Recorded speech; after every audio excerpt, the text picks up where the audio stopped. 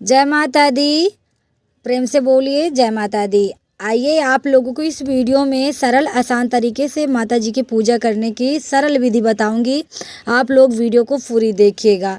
और माता जी यानी कल सोमवार है और कल ही माता जी का आगमन है। कल बैठकी बहुत ही शुभ दिन है। देखिए दिन भी सोमवार है और माता जी की इस बार की सवारी हाथी है जो बहुत ही शुभ है।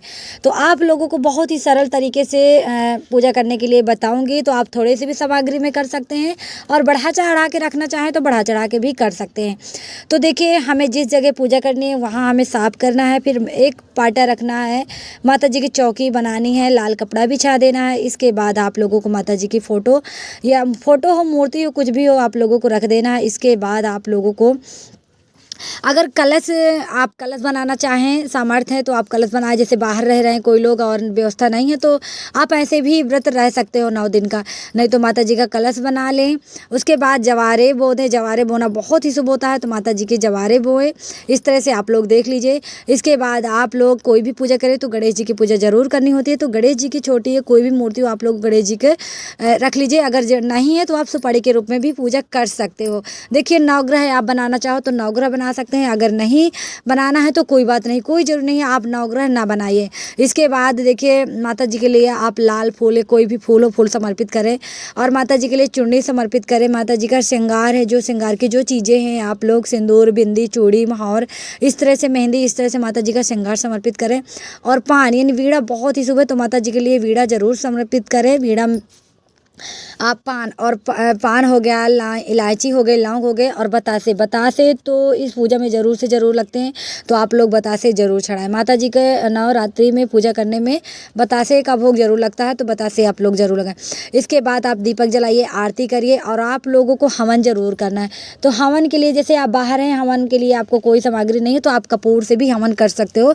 कपूर जलाइए और उसमें से जो भी आपने भोग लगाया है वो भोग आप हवन कर सकते हो। और धूपबत्ती जलाइए, अगरबत्ती जलाइए, सारी चीज़ें आप लोगों को जला करके इस तरह से माता जी की पूजा करना है। अगर आप अखंड ज्योत जलाना चाहते हो तो अखंड ज्योत जलाइए। माता जी का अखंड ज्योत जो जिस दिन से जल जाएगा फिर पूरे 9 दिन बुझना नहीं चाहिए। तो ये भी बहुत ही ध्यान देना पड़ता है। तो कोई लोग जलाते हैं, कोई लोग नहीं जलाते हैं। जैसे बड़ा दिवाला होता है तो उसमें अखंड ज्योत जलता है और घर में जो 9 दिन ऐसे ही रहते हैं तो नहीं जलाते हैं। बड़ा दिवाला में अखंड ज्योत जरूर जलाया जाता है। तो ये नवरात्रि के जो दिन होते हैं बहुत ही पावन पवित्र दिन होते हैं। इनमें से सारी मनोकामनाएं पूरी होती हैं। जिनकी जो इच्छा होती है सारी मन्नतें पूरी होती हैं।